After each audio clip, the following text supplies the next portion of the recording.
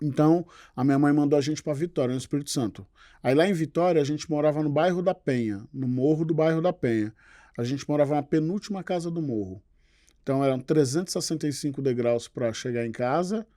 E, então, a gente fazia esse trajeto no mínimo 2 vezes por dia, descer e subir. Por quê? Por causa da escola. Então, pelo menos duas vezes por dia, a gente descia 365 degraus e subia 365 degraus. Só que a minha mãe mandava uma média de um salário mínimo, né, para a gente viver lá. E esse salário mínimo ele não era suficiente. Juntando o que a minha mãe mandava com o salário mínimo que a minha avó recebia, não era suficiente para a gente sobreviver. Então, o que, que acontecia? A gente teve que abrir mão de muita coisa. A minha avó não tinha energia em casa, porque ela não aguentava pagar a conta de luz. Então, a luz era lamparina.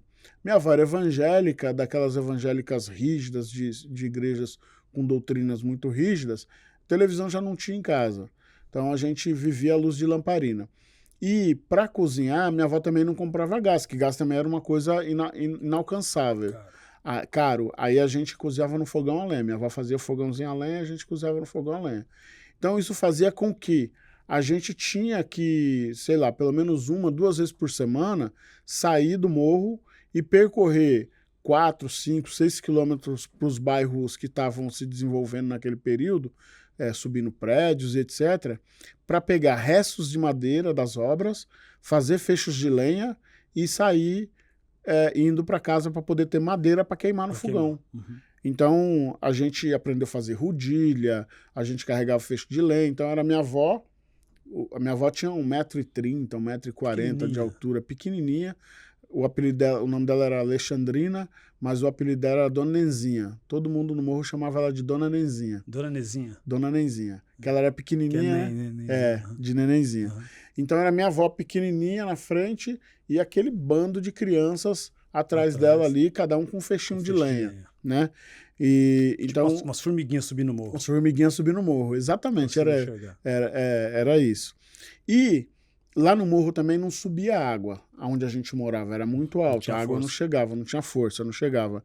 A gente também descia para poder carregar água, balde d'água na cabeça, rodilha, do mesmo jeito. Lata d'água. Às vezes lata, aquelas latas de óleo, né? Minha avó cortava, fazia ali uma forma de pegar, colocava um toquinho ali pra gente poder pegar. A gente pegava, subia na cabeça. Você tá falando, eu tô viajando na minha infância aqui, mesma coisa. Morro acima. Então a nossa vida foi muito dura, né?